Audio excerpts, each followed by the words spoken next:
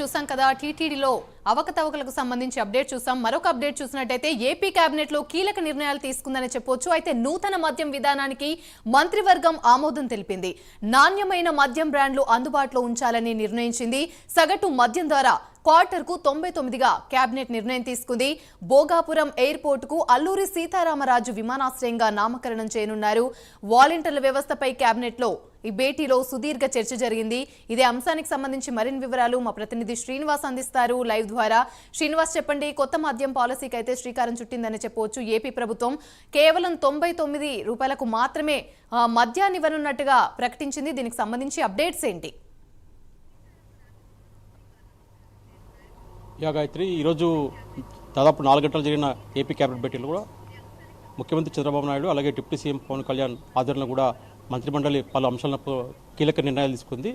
ఇందులో ప్రధానంగా చూసుకుంటే ఏదైతే రాష్ట్రంలో ఎక్సైజ్ పాలసీ ప్రవేశపెట్టబోతున్నారో దానికి కేబినెట్ భేటీ ఈరోజు ఆమోదం తెలిపింది.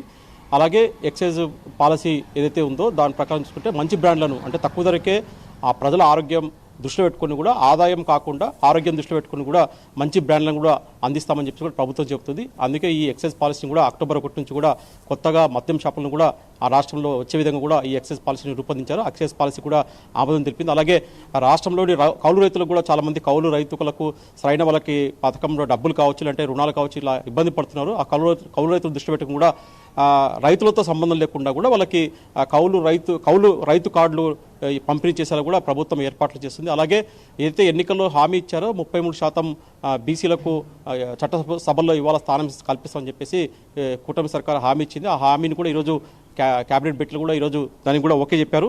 దాదాపు బీసీలకు ఇది ఒక వరంగా ఉంటుందని చెప్పేసి కూడా కూటమి వర్గ నేతలు చెప్తున్నారు. దీనికి కూడా క్యాబినెట్ భేటీలో ఆమోదించడం జరిగింది.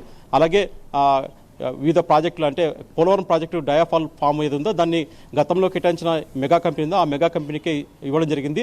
అలాగే రాయలసీమలోని పలు ప్రాంతాల చెరువులు కావచ్చు అలాగే చిన్న చిన్న వాగులు కావచ్చు వాటిని ఎప్పటికప్పుడు నీటితో నింపే విధంగా కూడా ఇరిగేషన్ శాఖకు ఆదేశాలు జారీ చేసి కూడా కేబినెట్ ఈరోజు నిర్ణయం తీసుకుంది.